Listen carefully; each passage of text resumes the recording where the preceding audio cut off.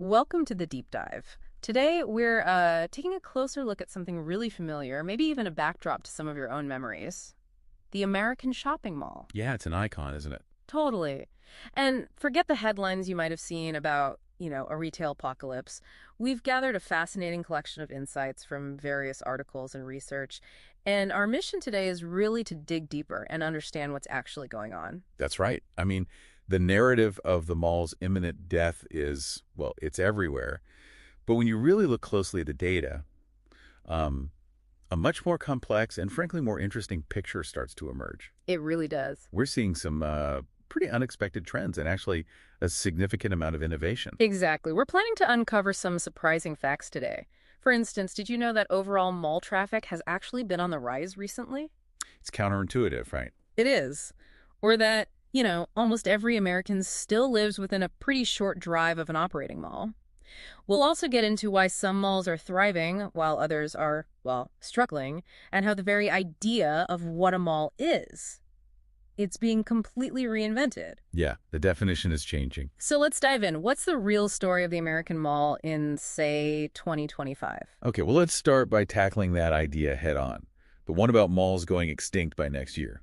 It's true that the number of malls has decreased significantly. Yeah, I saw those numbers. From a peak of around, what, 2,500? Right, down to about 700 now. That's a huge drop. There's no question about it. It definitely paints a picture of, a vanishing landscape.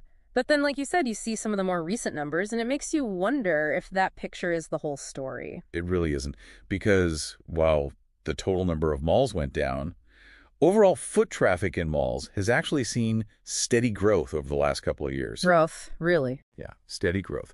And we have concrete examples like the Mall of America reported an impressive 11% increase in visitors just this year. Wow, okay. Plus, you have to consider that 94% of the U.S. population still lives within a one-hour drive of an open mall. 94%? That's huge. It really underscores their continued presence and accessibility. They're still physically there for most people. Okay, so people are still going, but we also hear all the time about store closures and struggling malls. How do we square those two things? That's where understanding the nuances is just crucial. So while the overall vacancy rate for all types of retail property is quite low, it's around 4.1%, which is historically low. Okay. The vacancy rate specifically for malls is higher. It's sitting at about 8.6%. Ah, okay. So there is a difference. There is. Yeah. And, to put that 8.6% in perspective, a healthy retail environment usually sees vacancy rates closer to maybe 5%. So 8.6% definitely indicates there are specific challenges facing the traditional mall format. But it's not a complete collapse of all physical retail. Not at all. We also saw something called negative net absorption in retail in the first part of 2025, mainly because of store closures. Net absorption, that just means more space became empty than got filled, right? Exactly. More stores closed than opened in that period. But here's what's really fascinating. Nearly a third of that newly vacant space was leased again within just 5 months. So quickly. Yeah. So that suggests there's still an ongoing demand for physical retail locations, even if maybe the types of stores or the formats are changing. Okay, so it's definitely not a uniform decline across the board. But why did we see such a big drop in the number of malls in the first place? What were the big drivers behind that initial contraction? Well, there were several powerful forces converging. Perhaps the most significant and probably the most obvious is the rise of e-commerce. Right, online shopping. The sheer convenience, the massive selection you can find online, and often, the competitive pricing. It just fundamentally reshaped how people shop. I think the stat is around 61% of Americans now say they prefer shopping online. 61%, wow. Yeah. So the core value proposition of the old mall being a central place for lots of different stores was really eroded by the internet. It forced malls to rethink their whole purpose. That makes total sense. I mean, why battle traffic and parking if you can just click a button? Exactly. Then, piled on top of that, you have the decline of the traditional anchor department stores. Ah, the big ones. Sears, Pennies. Precisely. Those were the huge magnets for malls for decades, right? They drew in a wide range of shoppers who would then, hopefully, browse the smaller stores too. Yeah, you'd go for the department store, maybe pick up something else while you were there. Right. But with the well-documented struggles and the closures of giants like Sears, JCPenney, Macy's, malls lost a massive source of foot traffic. And those huge empty anchor store spaces are such a visible sign of this shift. Yeah, those empty boxes definitely create a feeling that a mall is past its prime. What else was contributing to the decline? Well, consumer preferences have also changed quite a bit. People, and this is particularly true for younger generations, seem to be increasingly prioritizing experiences over just buying stuff. Right, doing things versus owning things. Exactly. And many older malls, with their, let's be honest, dated designs and just a lack of engaging activities, they haven't really kept pace with that shift. Plus, if a mall doesn't offer a smooth connection with the digital world, What do you mean by that? things like easy online ordering with in-store pickup, that O2O, or online to offline commerce. Okay, BOPIS and things like that. Right. Or even just integrating their marketing well online. If they don't have that seamless digital experience, they risk missing out on a huge chunk of tech-savvy consumers. And then, of course, you have demographic shifts, population moving around, which naturally impacts specific mall locations. And the economy surely played a part too.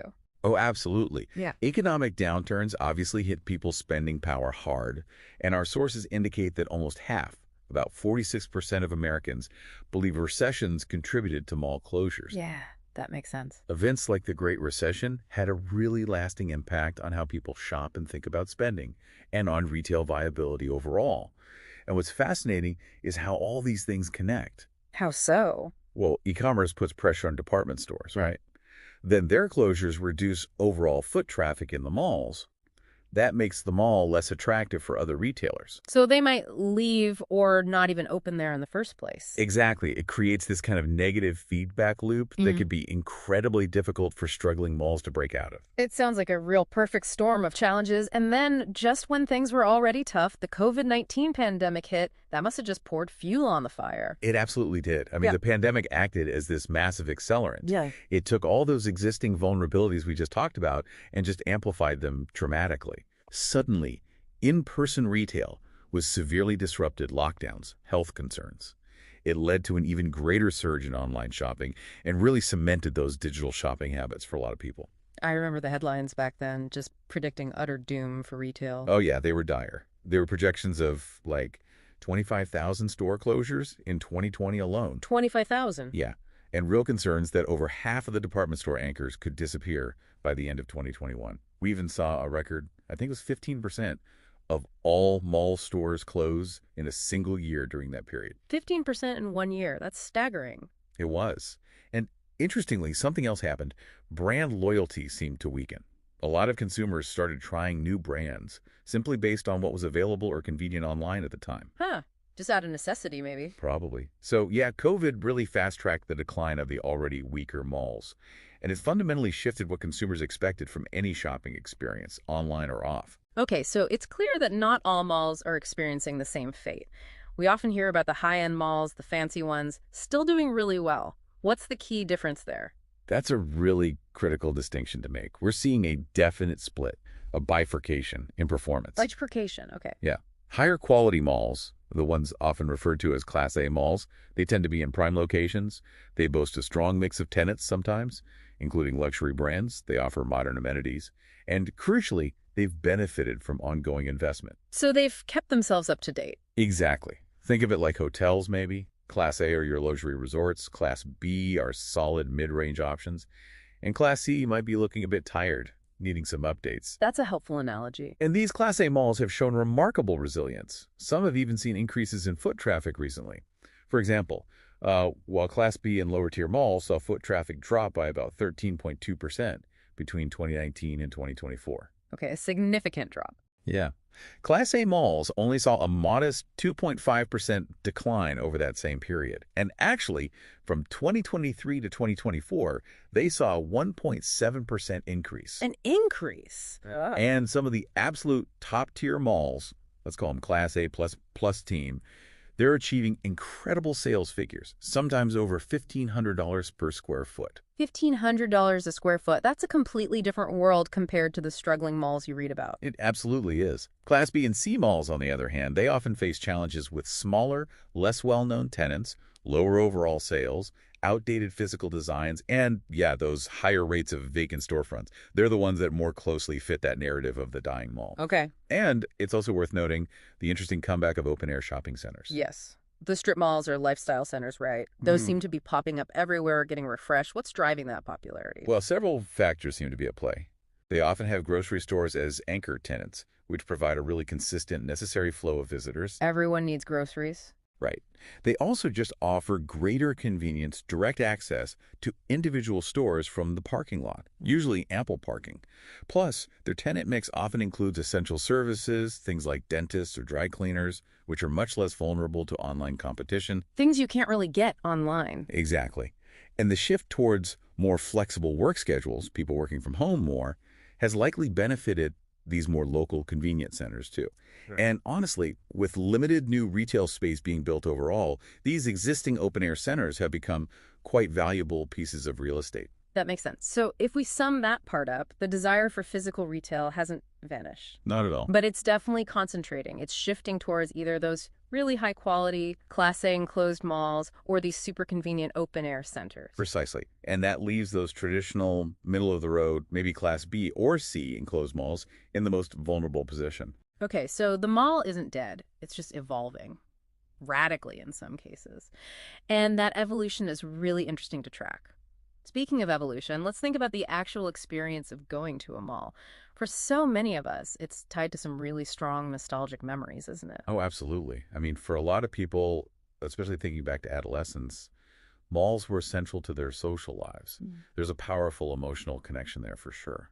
And is there a more iconic symbol, maybe even smell of that mall nostalgia than Cinnabon? I mean, that aroma, it's instantly recognizable. You know exactly where you are. It's such a perfect example of how a brand became just deeply intertwined with the mall experience itself. Cinnabon actually got its start back in 1985. Right in the heyday. Exactly. What many consider the height of mall culture. Their very first store opened in SeaTac Mall, which is now the Commons at Federal Way, outside Seattle. And their initial business model was entirely focused on being in those high-traffic mall locations, selling those, world-famous cinnamon rolls. And it was just genius. You could be halfway across the mall, seriously, and that smell would just pull you in. It almost became like a defining feature of being in a mall. And it was very deliberate. It was brilliant sensory marketing. They strategically placed their ovens right at the front of the stores to maximize the reach of that incredible aroma. Oh, really? Yeah. Some locations reportedly even went as far as warming extra sheets of cinnamon and sugar just to ensure the scent was constantly wafting through the air. Wow, that's commitment to the smell. It is. And that specific combination, the Mokari cinnamon they use from Indonesia, that rich cream cheese frosting it, created this incredibly indulgent, almost decadent treat. And the enclosed environment of the mall just amplified that scent, helped it permeate, and forge those really strong, positive, nostalgic connections. They actually call it the Cinnabon effect. The Cinnabon effect. I love it. It definitely triggers something. So, okay, Cinnabon was born in the mall, thrived in the mall. But with all the changes we've been discussing, declining foot traffic in some places, how has a brand like Cinnabon adapted to stay successful? That's a great question, and I think their ability to adapt is really key to why they're still around and doing well. Recognizing the challenges, especially the lower foot traffic, in some traditional malls, they've pursued significant diversification. Moving beyond the mall walls. Exactly. Co-branding has been a huge part of this. You see things like their Cinnabon Swirl concept they did with Carvel ice cream, Oh, yeah, I've seen those. which seems really designed to attract younger consumers, Gen Z, millennials, with those kind of unique, indulgent, maybe Instagrammable combinations. They've done other co-branding too, like with Auntie Anne's and Jamba. And they've also strategically expanded into just a huge range of non-mall venues. Where else are they popping up? Oh, you can find Cinnabon now in gas stations, college campuses, airports, transit stations, amusement parks, even frozen and grocery store aisles. Wow, okay. They're everywhere now. Pretty much. It's a really smart move to meet consumers where they already are, rather than solely relying on people coming to them in that traditional mall setting. It's fascinating to see a brand so closely tied to the mall finding all these new ways to connect. And it's not just about nostalgic treats changing, is it? The whole food and dining scene within malls seems to be undergoing a pretty major transformation, too. Oh, absolutely. Food and beverage is playing an increasingly vital role in the overall mall experience, especially as those traditional retail anchors, the department stores, continue to decline or disappear. So food is becoming the new anchor, in a way. In many ways, yes. A recent Yelp study actually indicated that, get this, 17 of the top 25 brands now driving traffic to malls are restaurants. 17 out of 25, that's huge. That's a massive shift from the old image of just, a basic food court with maybe pizza and burgers. Exactly. Malls are now actively curating much more diverse and, frankly, higher quality food and dining options. You're seeing more chef-driven restaurants, boutique coffee shops, a much wider variety of international cuisines, even things like craft breweries and dedicated food halls featuring local vendors. Like those food halls you see in trendy neighborhoods, but inside a mall. Precisely. The strategy is clearly to elevate the mall into a dining destination in its own right. They want to attract visitors specifically to eat, which then encourages them to stay longer, maybe shop a bit, and it just creates a more vibrant social atmosphere that's particularly appealing to younger demographics. So instead of just grabbing a quick functional bite in between shopping, dining is becoming a primary reason, maybe the reason, to visit the mall in the first place. That makes perfect sense. Now, another long-standing fixture of the American mall experience has been the movie theater. What role do they play in this evolving mall landscape today? Well, movie theaters have been entertainment anchors in malls for a very long time, and mall operators still generally see them as important attractions. They help draw crowds, especially now with the challenges facing department stores. Kind of filling that gap, maybe? To some extent, yeah. And they also have the advantage of being able to occupy maybe less prime real estate within the mall structure, and they help extend the mall's activity into the evening hours, keeping the lights on later. And the experience of going to the movies itself has also changed quite a bit, hasn't it? It's definitely not just about a sticky floor and some popcorn anymore. That's absolutely right. Modern mall cinemas have invested heavily in creating a much more premium experience. Think reserved seating, luxurious reclining chairs, state-of-the-art audio and visual tech like IMAX or Dolby Cinema. Yeah, the sound and picture quality is incredible now. It is. And significantly expanded food and beverage menus, too. Gourmet snacks, full meals, even alcoholic beverages in some cases, with options like full-service restaurants inside the theater or those dine-in screens. Where they bring the food right to your seat. Exactly.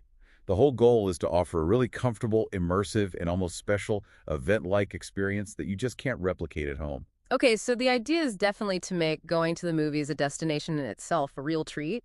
But does that actually translate into increased spending at the other stores in the mall? Do people stick around and shop after the movie? That's where the relationship gets a little more complex, a bit more nuanced than you might initially think. Oh. Yeah.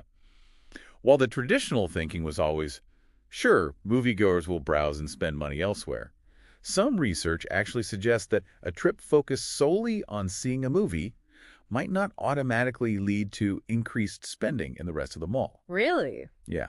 For example, one study indicated there might even be a negative correlation between movie ticket sales and spending in, say, in-mall supermarkets.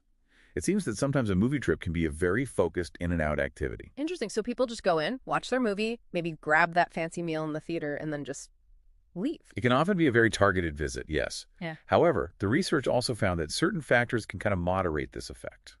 Like what? Well, for instance, the genre of the movie seems to play a role. People who watched fantasy films, apparently, were more likely to make impulse, sort of hedonic purchases afterwards. Okay. Whereas those who watched thrillers were actually less likely to. Huh. That's fascinating. Maybe the mood it puts you in. Could be. Also, how crowded the theater is seems to matter. Less crowded theaters were associated with a greater likelihood of impulse buying later. So the economic spillover benefits for the rest of the mall aren't guaranteed. They seem to depend quite a bit on the overall entertainment experience and maybe the moviegoer's resulting mood or mindset. Malls and theaters probably need to be strategic about integrating things to maximize any cross-selling.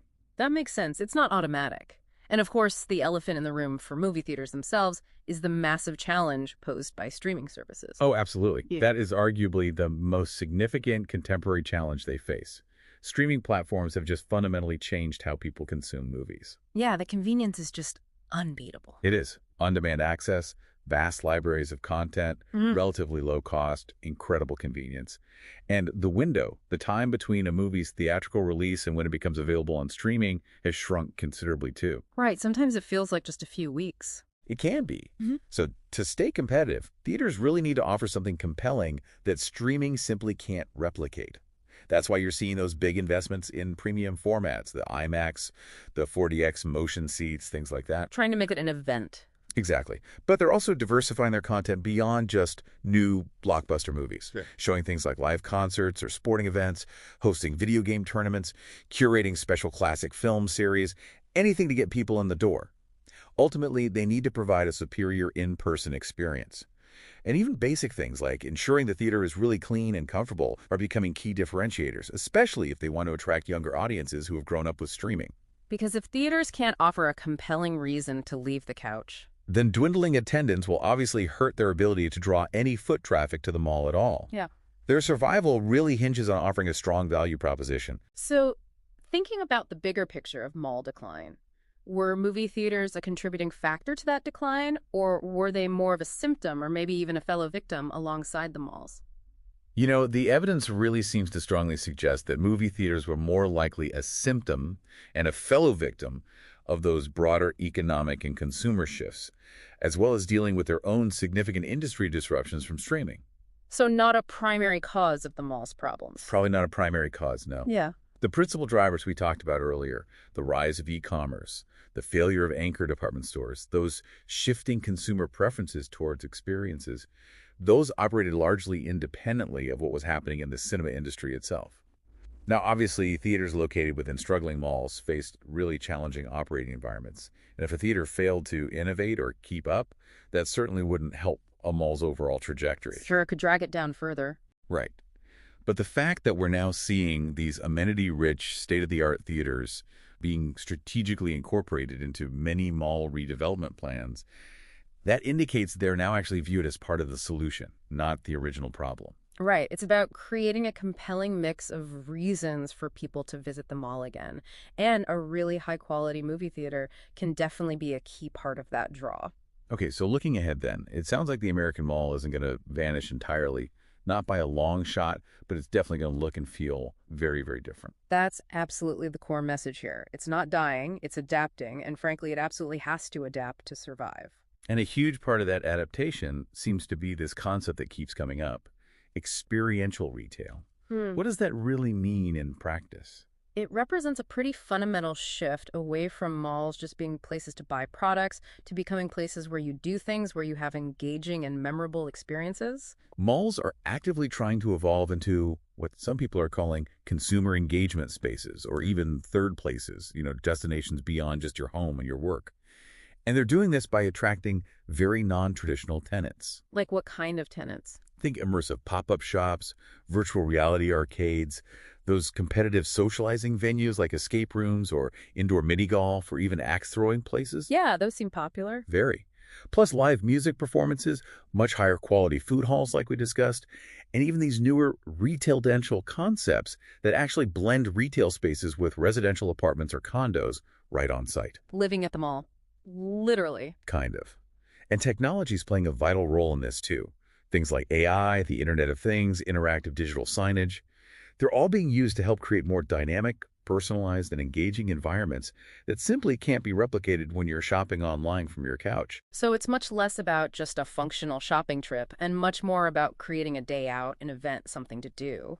And we're also seeing this significant trend towards mixed-use development, integrating other things besides retail. Exactly. That's another huge piece of the puzzle.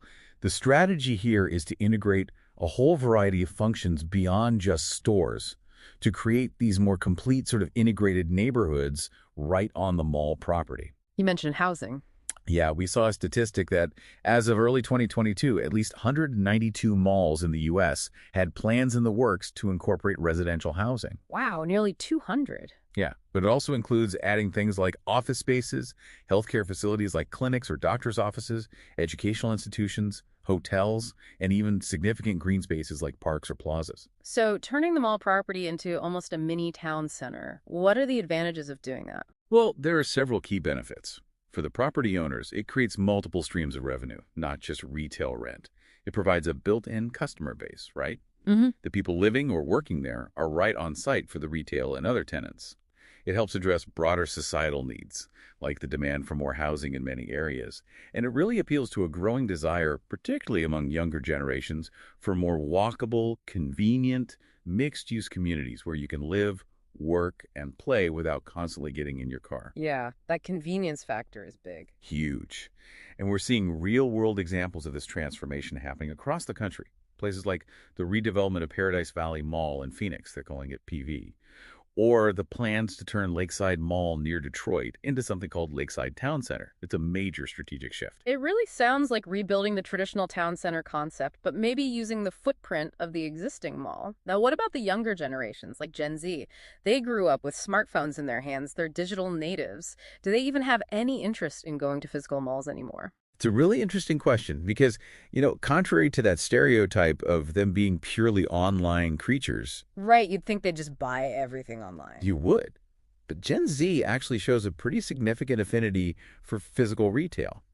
Their spending habits in physical stores are apparently comparable to those of their grandparents. Really? That's surprising. It is. I- And they often say they prefer in-person shopping for certain aspects, like the tactile experience, being able to touch and feel and try on products before buying. Their shopping behavior seems to be very much a hybrid approach. Hybrid? How so? They might discover new products online, maybe through social media influencers or targeted ads, but they still really value that in-store experience for validation or just for the fun of browsing. Yeah. This is really fueling the growth of that O2O, online to offline commerce we touched on earlier. Okay, so bridging the digital and physical. Exactly. And malls can really cater to these consumers. They can offer things like physical showrooms for brands that started online only. They can provide really convenient buy online, pickup in store, or BOPIS options or curbside pickup. And they can host experiential events like pop-ups or workshops that are heavily promoted online to draw people in. So leveraging the online world to drive physical visits. Precisely. Plus, don't underestimate the power of impulse purchasing that's still very much alive and well in physical stores. One study suggested 8 out of 10 impulse buys happen in brick-and-mortar stores, and apparently half of shoppers under 30 admit to adding extra items at the checkout. Huh. I can believe that. So the physical store environment still holds a unique appeal, even for the most digitally connected consumers. And it sounds like alongside all this, malls are also trying to become more community-focused again, maybe returning to their roots in a way. That's absolutely part of the vision for the future mall. It's somewhat of a return to that original idea that the architect Victor Gruen had way back when he first conceived of the enclosed mall. What was his original idea? He saw them as being more than just places purely for commerce. He envisioned them as civic and social hubs, places for community gathering. And now, many are being reimagined in that vein as modern community living rooms. Community living rooms. I like that phrase. Yeah. And they're doing it by including elements like public parks or plazas within the mall property, dedicated event venues for concerts or community gatherings, art installations, maybe hosting farmers markets, incorporating fitness centers, even medical clinics or municipal service centers like a library branch or a DMV office. Wow, really diversifying beyond retail. Totally. The emphasis is shifting away from pure consumerism and towards fostering social interaction, providing spaces for leisure activities, and offering essential community services. The goal is to create a stronger sense of local belonging and make them all relevant to people's daily lives in ways that go beyond just shopping. It's a pretty significant departure, really, from what most people probably envision when they think of a traditional shopping mall from, say, the 80s or 90s. It absolutely is. But it feels like a necessary evolution, doesn't it? To thrive in the future, it seems malls need to offer a lot more than just a place to buy things. They need to become truly integral parts of the communities they serve. So, okay, to kind of bring this all together then, it seems crystal clear that the American mall isn't headed for extinction, not at all. But it is definitely undergoing a massive fundamental transformation. Yeah, transformation is the right word. We're seeing this clear shift towards prioritizing experiences over just transactions, the integration of all these mixed-use developments, housing, offices, healthcare, a surprising level of engagement from younger generations through this blend of physical and digital, this phygital world, Right. and this renewed, maybe even original focus on becoming genuine community hubs. Precisely. I think if there's one key takeaway from our deep dive today, it's that the American mall is not dying. It is absolutely evolving, adapting to survive and potentially thrive in a new form. Well, this has been a truly insightful deep dive into the really dynamic world of the American shopping mall. It certainly changed my perspective on them quite a bit. Mine too, actually, digging into the details. And on that note, here's maybe a final thought for you, our listener, to consider. Think about the overlooked or underutilized spaces in your own community. It doesn't have to be a mall. Could some of these same principles we've discussed today, adaptation, mixed-use development, experiential focus, community integration, could they be applied to reimagine those spaces, to create new centers for connection and activity where you live? Maybe it's not just about shopping malls. Maybe it's about rethinking how we use all sorts of physical spaces to connect and thrive in this modern world. That's a great point to end on. Thanks so much for joining us on the deep dive.